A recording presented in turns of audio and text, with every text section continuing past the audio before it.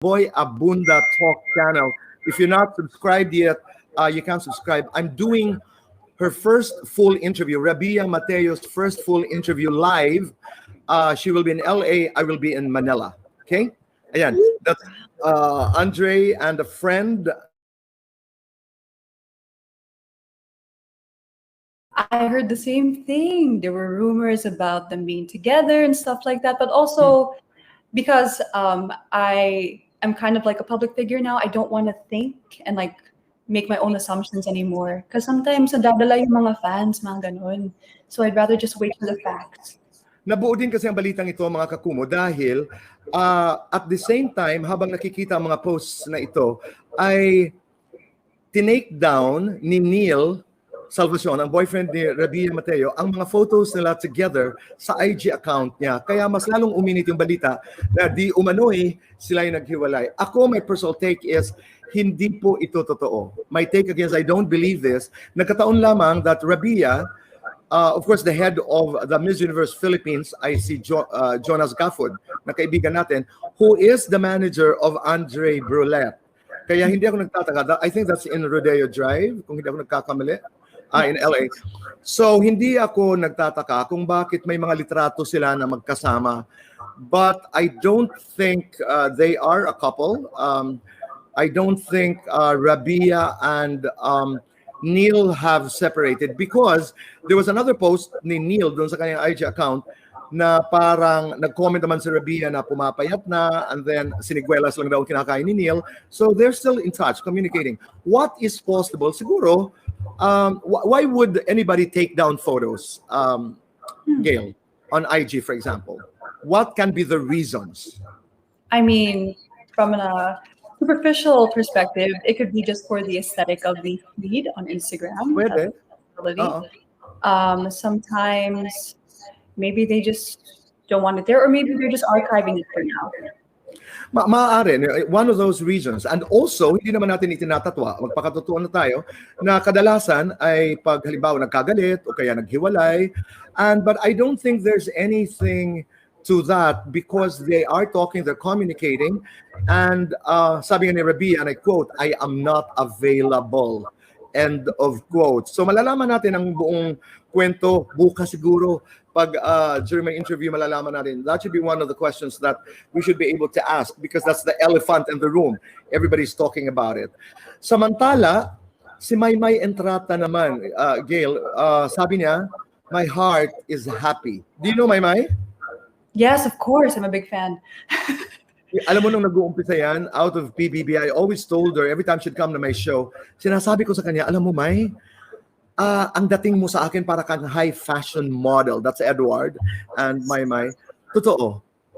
You wanted to say something, Gail? Go ahead.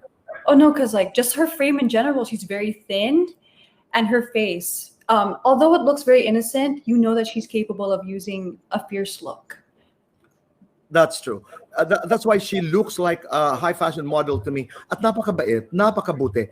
Alam niyo, every time mga kaibigan, mga kakumo, nagpupunta to sa one of my shows, wala kaming ginawa kundi tawa ng tawa ng tawa. She's a happy girl. She's a very nice girl. And she is, you know, there are people, Gail, who make you feel good vibes. She's one of them. Really nice, really nice. I like young girls like Mai who don't take themselves too seriously. Pero dito, that's Edward, dito sa kanyang statements, medyo nalito lamang po ako. I was a bit confused dahil sabi niya, yes, she doesn't deny na parang may pinagdadaanan siya na may kinalaman sa kanyang past. Parang ganoon ang dating sa akin. But right now, she's happy because she's free to choose what she wants to do. She's free to choose whatever she wants. Parang ganoon. Na ang suspecha ko, May, kailangan mag-usap tayo, May, pag nanonood ka nito. No, ang suspecha ko, was that an indirect admission that nagkaroon sila ng relasyon ni Edward? Or baka naman may hindi lang ako nakita, or baka naman hindi si Edward. Pero that's impossible because they were always together. At ang bagay na bagay silang dalawa. So hindi natin alam. I'm looking forward, sana sa first show natin dito sa ating third season, makasama natin si May. Ang sayang kasama niyan. So, I wish her joy and happiness. Sunod nating Ebing Mayor, hindi lamang saddened, talagang hindi lamang nalungkot. Ako personal nagalit. Nagalit talaga. You heard about this, Gail? I did hear about it. It's really sad because growing up in New York, you're really exposed to the LGBTQ community. And just to hear things like this happen, it's 2021. Why are we any better, Yes, I understand. And ang kwento pa dito, ay marapit lang sa atin to, Gail, nangyari. This happened, I think, in Quezon City, kung hindi ako nagkakamali. At sana this is considered a hate crime dahil napakahirap dito sa Pilipinas tawagin ang isang crime na hate crime. Alam niyo kung bakit? Ito si Gail, mga kakumo, itong si Ebeng is now that's Ebeng, who is a trans man. He is actually 21 years old or 22 years old, turning 22. Ang ano yata ni Ebeng is now based with his partner sa Pampanga. Mayroon hindi sila pagkakaunawaan. He decided to come home to Quezon City. Pagdating sa Quezon City, nagkaroon sila ng, hindi natin alam ang detalye, ito ba'y nagkaroon ng inuman kasama yung kanyang mga kababata. These are his childhood friends. So, ang balita ay, I don't know, I'm not sure about this, I'm not 100% sure. Mga nakainom, meron pang mga nagsabi na di umano'y drugs were involved. So, one thing led to the other at ginahasa si Ebeng. At hindi lamang po yun, ang kwento pa nung isa sa mga may kagagawa nito ay when he was still moving, parang binalikan pa nung kanyang kababatang best friend at pinupok sa ulo ng bato para to make sure that he was dead. Ang lungkot talaga ng balitang ito. Alam niyo po, ako galit dahil sa balitang ito dahil meron pa ring mga taong pinipilit hindi paniwalaan ang gender identity ng mga tao. The only person who can identify the gender of Ebeng is Ebeng. At sinabi nga niya, I'm a he. I'm a man. I've fallen in love with a woman. Right. Ang hindi maganda dito ay meron pa rin pananaw na, ay, lesbian yan, babae pa rin yan, may pangangailangan yan. Can you imagine raping? Raping your best friend, your childhood friend.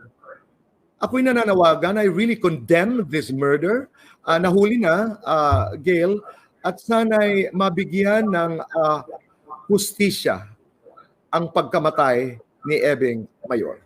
Anyway, so ang ibang mga balita pa ay nag-reunion sa American Friends. Mabilisan lamang 20 years. I was a fan. You're familiar with them, Jennifer Aniston. Ang naalala ko lamang ay ngayon po ay mapapanood yata ito sa HBO, but ang narinig ko when Jennifer Aniston, who was the girlfriend of Brad Pitt, was asked kung sino ang kanyang isa sa mga paboritong guests, ang sabi niya ay si Brad Pitt. Nakakakilig lang. When you were in the US, of course, this is not your generation, but you're familiar with Friends. Yes, I am. It's basically a classic in the US, so I'm very familiar.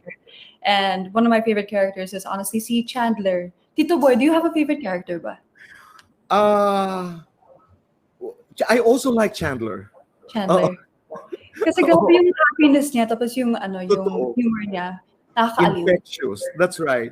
Pero iconic talaga itong litrato. Tingnan mo. And then if you talk about each one of them and what had happened to them, ang saya lang. Inspiration. I mean, ito talaga yung barkada goals na, di ba? Squad goals. And I love hearing about the actual low-key romance that was happening between them too. That's right. The various romances that were happening during that time. Pero yun pa ating mga trending balita, mga kaibigan. And Gail, I'll be with you in a while. But right now, punta naman tayo sa Kumustahan with Tito Boy.